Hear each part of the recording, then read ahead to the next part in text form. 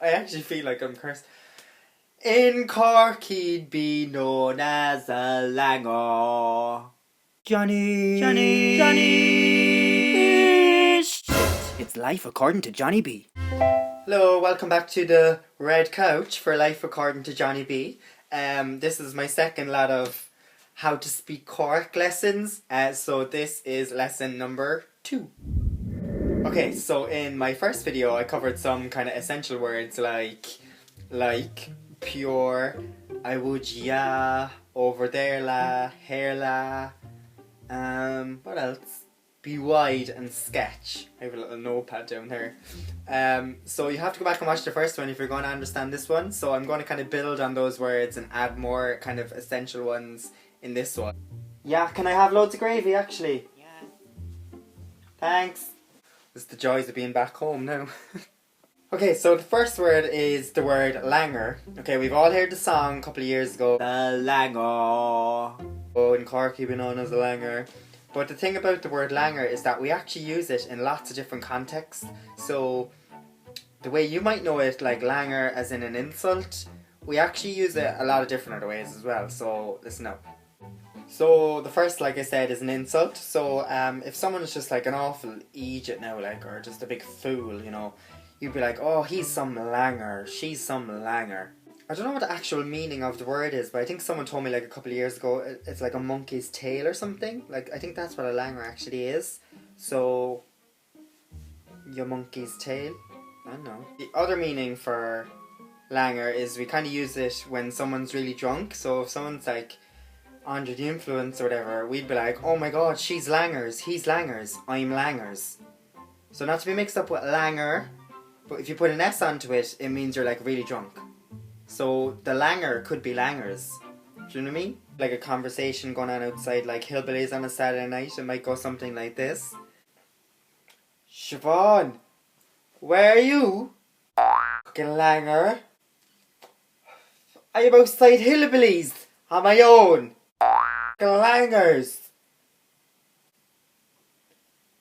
What are you looking at, you langer? The other kind of words, like we kind of have words for like every kind of person. So you have things like bure and feen. So if anyone doesn't know, a bure is what we call like a woman and a feen is what you call a man. So you know, it'd be like, oh, the bures and the fiends. So if you're talking about anyone who's kind of younger, like a child or a teenager, you'd kind of say a young one for a young girl, or a small fella for a young boy. You tend to hear a lot of adults around the neighbourhood sort of speak in this kind of way, so it's more of older people sort of talk about younger people this way. So a conversation might go along the lines like, Danielle, is that your young fella?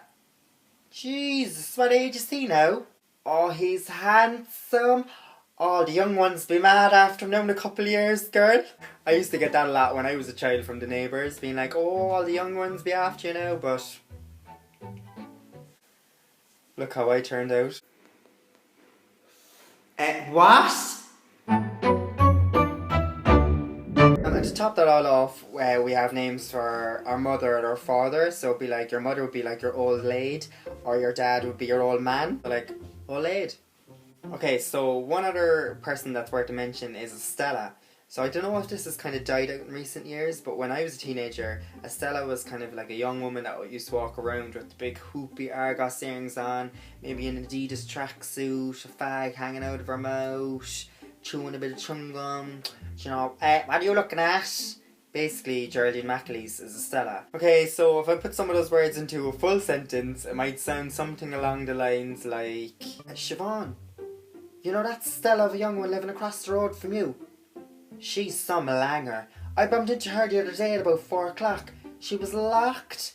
I'm telling you, I'll go straight over to her old man in the morning and tell him that she was langers 4 o'clock on a Saturday.